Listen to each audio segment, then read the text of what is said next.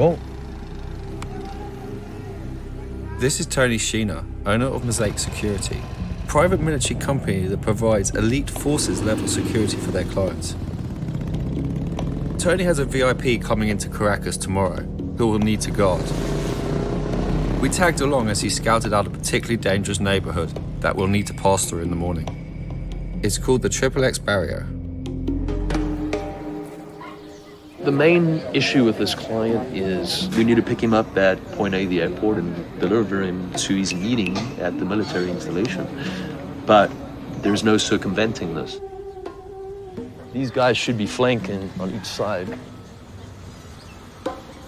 Okay, he's already seen a potential shooter. Considering the police claim 25 people are shot in this barrier a day, the armed person they spotted was not taken lightly. Come, come, come. This is the wrong place to be. Fall out, guys.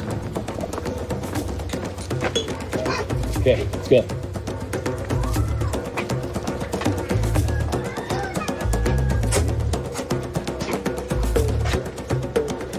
We took a little detour looking for an additional route out the main road because it was too dangerous.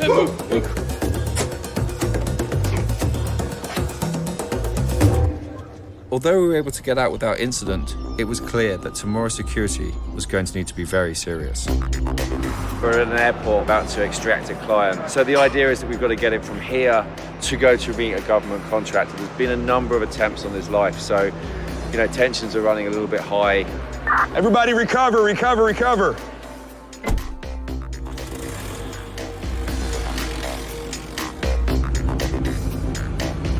There's been 2 or 3 attempts on your life? Two. Two. You just need to be careful and act accordingly. For the business that you work in, you wouldn't be able to operate without these guys taking you through countries? No, I wouldn't feel safe. It is like having a top private army, because not only is the quantity, but they are quality. I'm in a little war, and when I land in this country, I'm at war, and then that's why you need to use these good bad guys. While providing highly trained security for VIPs like Pablo is one role PMCs play, it's really just the tip of the iceberg. In fact, the international private military industry has been exploding over the last 20 years. To find out more about this new modern world of mercenaries, we spoke to P.W. Singer, author of the book Corporate Warriors, The Rise of the Privatized Military Industry. A private military company, a PMC, is private companies taking on roles that have traditionally been done by the military and intelligence agencies, by the broader national security complex. We have this assumption of war and who fights it. A man in uniform, and that uniform to us means, well, they're part of a national military. And when you look at the 21st century, that image in our mind, it just doesn't hold true. These companies have taken on all the different roles of war, everything from the back-end logistics to training and consulting to the tactical battlefield roles. Pretty much it's the new American way of war. Whether you're talking about Iraq or now Afghanistan, roughly half of the force there is private military. In fact, business is so good that the global market for private security services is projected to reach $218 billion in 2014. And as more and more aspects of modern war and security are outsourced to PMCs, these companies are poised to grow even larger. Outsourcing is always about cost savings. It's the number of people that you don't have to call up from your National Guard and Reserves to take on these roles. Deaths, injuries, capture of private military contractors doesn't resonate into the political world the same way it does for someone in the military. So we're seeing everything from companies that have been operating in Iraq now doing things like counter-piracy operations off Somalia to the emergence of Chinese private security companies operating in Africa, or the Russians use private contractors during their Crimea operation. When we look at the future frontiers of the private military industry, they reflect the next frontiers of war. To find out more about this massive industry that is fast becoming the future of war, we spoke to the man that almost single-handedly created the modern PMC as we know it. We're here in Abu Dhabi and we're going to interview one of the most important people in the PMC world, Eric Prince. He was the founder of Blackwater. PMCs are as American as Thanksgiving Day. First colonies were started by contractors. They were hired to secure the logistics of private companies. Massachusetts Bay and Plymouth colonies were private endeavors. You know, look, I started Blackwater as a way to stay connected to the SEAL teams. When our customers called us, we ran very hard to fill their needs. We were mischaracterized as out-of-control mercenaries. And the fact is we were American veterans serving America again, getting paid on a competitively bid contract. Full stop. We did exactly the job the U.S. government hired us to do, and did it well. More than 100,000 missions. On the security side, no one under our care ever killed or injured. For a first-hand look to see what it takes to become a soldier for hire, we traveled to the Czech Republic, to the Anti-Terror Academy, a former military base, which is now one of the most popular security training facilities in Europe.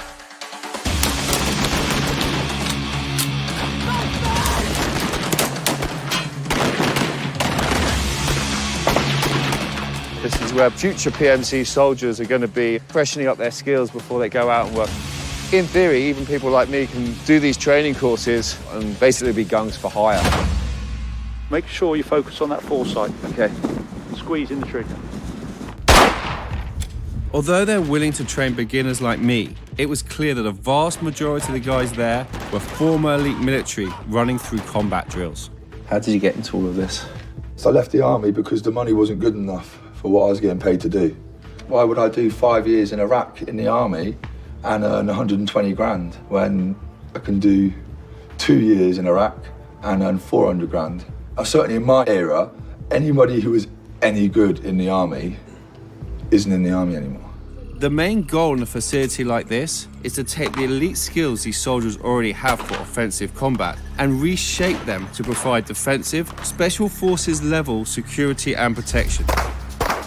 The two guys behind, they just push out. But as I watched them run their drills, it was clear that these maneuvers were much more than just defensive. They aren't only learning to provide additional support and security, they are essentially becoming their own army.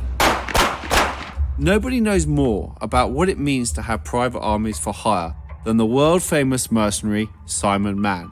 After serving in the British Special Forces, he spent over 20 years in the PMC industry, until 2004 when he served 5 years in prison in Equatorial Guinea for his role in attempting to help stage a coup.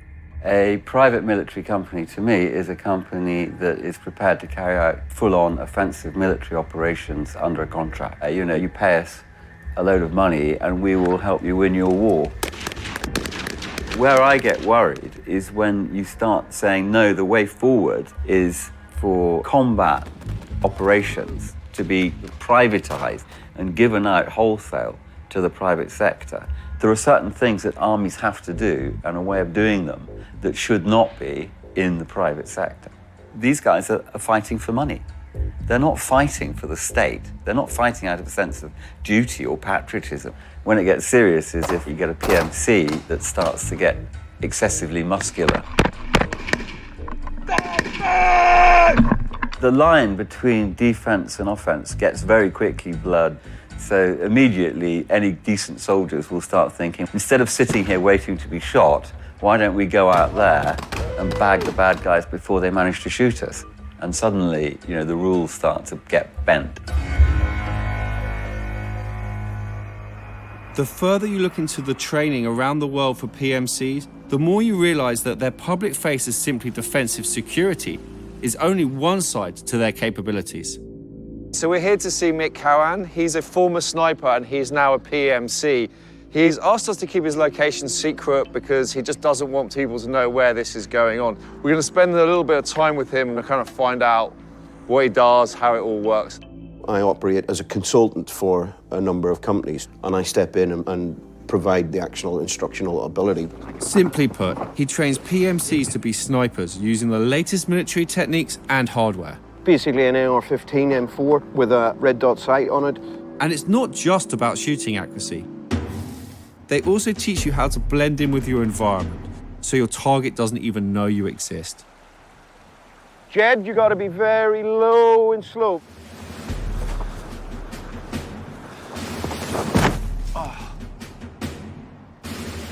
I'll check if I can spot him, and I will radio the walker. Okay, is that him in position again? Okay, roger. Is there any kind of contracts that come along that you just morally don't agree with and you don't take? Yeah, certainly there would be jobs that I could see coming along that I would go, thanks, but no thanks. But morality is down to the individual and down to the companies themselves. You'll always get people who are morally repugnant. You'll always get cowboys. But it's not only the moral question of who these cowboys might work for that makes many uneasy. For veteran journalist Robert Pelton, who witnessed the rise of the PMC in both Iraq and Afghanistan firsthand, it's a concern about their willingness to blur the lines if it serves their purpose. It is a myth to assume that contractors are aligned with governments and they synchronize. They actually have opposing goals. And there are many cases in which contractors were actually arrested by the military in Iraq for doing exactly that, shooting at people, causing a mess. Shot in front of him. He may have ricocheted and hit his car, but... It's security, but it doesn't seem like security because it's to keep them secure. If I come up and punch you in the face and I say that's for your protection, that's kind of the joke. You see fences going up, you see guard posts, you see people stopping you, and you say, that's not a police badge. And it's up to the public to decide whether they think the use of force by a non-state actor is appropriate. In fact, the actions of some PMCs has caused such an alarm that US Congresswoman Jan Schakowsky has introduced legislation to limit them from use in war zones altogether.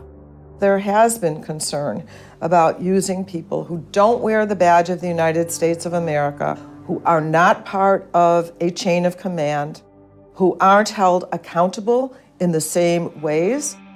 I think what scares me the most about these private military contractors is that by and large they operate in the shadows. The transparency isn't there, the accountability isn't there. It appears that these contractors literally may be able to get away with murder. When you consider that these companies might operate above the law, even while employed by the US government, the bigger question for New York Times Washington correspondent David Sanger is what happens when PMCs work completely outside the jurisdiction of America itself. One big concern for private military contractors is a question of allegiance. When they become political instruments to help prop up a government, that's when you begin to ask the question, does this corporation have a foreign policy of its own? And is that corporation's foreign policy in sync or in opposition to American foreign policy? Are they truly American? Or are they truly international? Who exactly are they working for?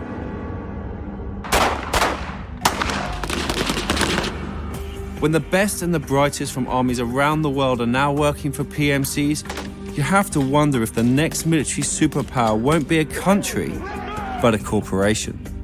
I think the PMC of the future can manipulate governments. We're at a stage now that I think it can happen.